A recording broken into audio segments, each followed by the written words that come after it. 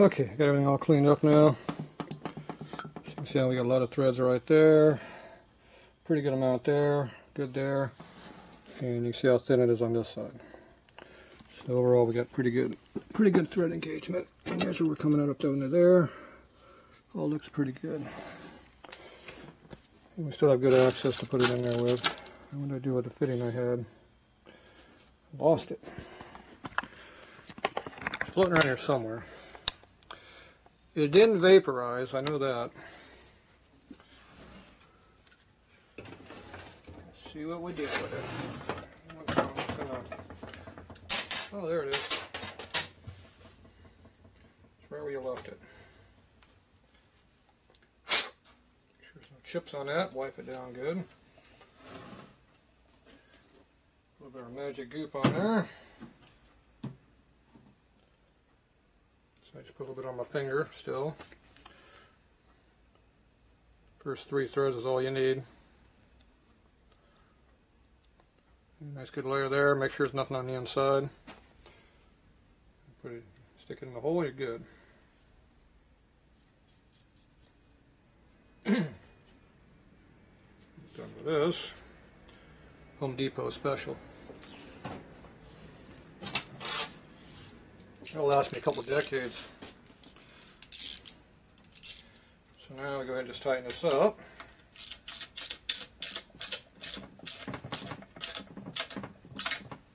So we're getting tight right there. We got a big gap on the back, so I got plenty of room to tighten more. So now I can put some little Tatro torque on it. Like that. It's tight.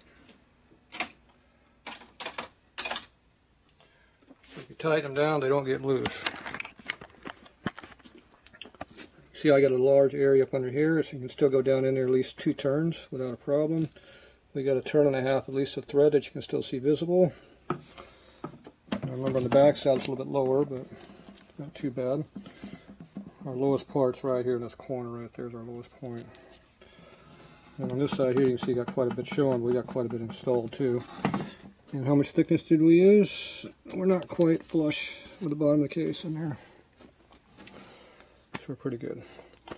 So I get a good angle coming up to here. Not too bad. Now we're assuming the exhaust pipe's not going to be a problem up under here, but we don't know that for sure. So if this gets too close to the exhaust pipe coming through here, then we're going to have to put the 45-degree fitting in here, shoot this sucker out sideways, angle this down, and come out like this. So instead of the oil being a nice gentle down this way, it'll go like this, and then real flat into here, which I don't particularly like, but it depends on what the clearances are on the bike. I don't know the clearances, so we're going to leave it for this way for now. But if we got to go to 45, we can. So I'm going to leave it loose like this for now because we don't know what it's going to be. So this is our fuel injection hose. So we just lay it in there like that. Run it up over to here. You can see how nice fitment that is. Runs out pretty nice and clean. Pipe should be way up here, so we should have at least a couple inches of clearance to this, which is fine. If you use some high temperature race hose, it wouldn't even matter. This is not good for 300 degrees, but racing hose is. If you get the Kevlar stuff, it can be within close to 600 degrees and still not burn the hose up. So anyway, this looks pretty good on this one. And the one over here, same thing. Pretty much a nice straight, even arc right up into your fitting. Good drain, good flow. You want to eliminate flat spots as much as you can so it has good gravity feed. So we should be good with this. But until we get heads on here, I don't know for sure. That's why I'm not going to do the final bolt on until we know for sure. Okay, so I've been grabbing this a lot with my hand up in here, so put some spray lip up in here. Put a little CRC up in there to stop corrosion. My fingers are pretty good about not corroding stuff because I have a lot of acid in my fingers. But it doesn't hurt to keep a new layer up on there after you do a bunch of handling. These cylinders are still dirty. Because, see, I'm getting brown coming off. So either my fingers are dirty or the cylinder is still dirty. I know these cylinders are still dirty. They need to be cleaned off really good still. Alright, so I got a little bit of layer of stuff all the way around so it doesn't get corroded.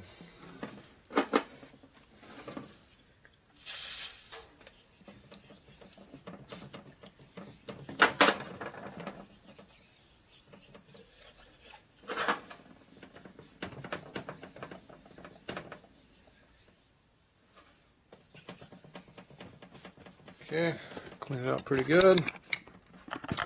You can see how kind of dirty it looks in here. See, it's still dirty.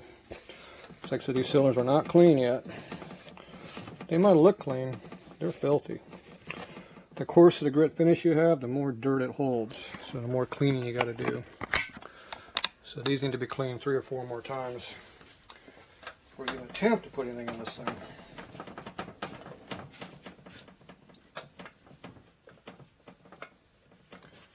Okay, so for now that's all good.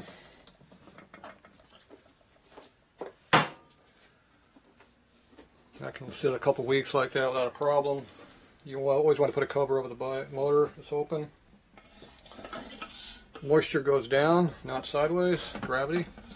So you want to put something on top of the motor and it won't rust. So the pistons go up and down like they're supposed to. We got our clearance in here like we want. Should be good to go. Yeah, too bad real ring drag ain't that low. That'd be a lot of horsepower relief if we did. Alright, we're at another stopping point until we get more parts. I know rings are coming, but I haven't seen them yet, so at some point the rings will show up. But for now, we're good to go for a little bit longer until something else comes up. Alright, that's it for now. Okay, we're back. So the customer came by for a little while, so we're dicking around with this thing. So he's got a fueling pump and plate on here now. We got it mocked up in here. So it's some kind of a fancy high volume pump with a bigger, it's not just the bigger gears, it's got the bigger feed orifices are bigger. So it'll give you a lot more volume for the same gear size. So anyway, this is just mocked up for now. We'll be back in this thing, but we got that in there. They also have a new fueling mix of billet gear. So evidently these break. The Harley runs a powdered metal piece of crap one. It breaks. It's a lot heavier than Harley's. So anyway, this goes on there obviously. So this one won't break. He said he's broken 2 of these already, you know, the stock Harley ones. So this is a new upgrade, which is a nice part. We got the S&S squirters we put down in there, but you can't see it. He cut the lines to fit on there for now. So anyway, we dicked around for a few hours doing nothing. So anyway, we do that. So we got to come up with a sleeve for in here. He wants to put a new alternator in here too, so he's going to have a complete motor just to slam into the bike. Pull the motor out that's in it, slam this new one in there, and go back to do some playing and fun with it. So, but anyway, that's what the fueling stuff looks like. So I like the blue stuff better. It's red's for pussies. I like blue parts. I'm not prejudiced, am I? Yeah. So anyway, that should work pretty good on that, I'm guessing. I'm not a big fan of spending on money you don't need, but parts do look good. So, alright, so tomorrow we're going to clean this all up and bolt it together for real, I guess. You got a cam coming and the other missing parts. What else was missing? I forget. Oh, the rings. The rings are coming from Total Seal. The cam's coming. The tappet cuffs are coming. We got race lifters in here from Fueling. So I'm assuming a race lifter might be cut a little bit taller in here for a higher lift, maybe. I'm not sure. He's got a big 630 or something lift cam in or something, he said. Some big high number. So that'll be coming. I don't know who's it's coming from, but I don't know, he's got a Redshift or some other brand, who knows. But anyway, it's coming. So playing with it some more. Alright, that's it for now.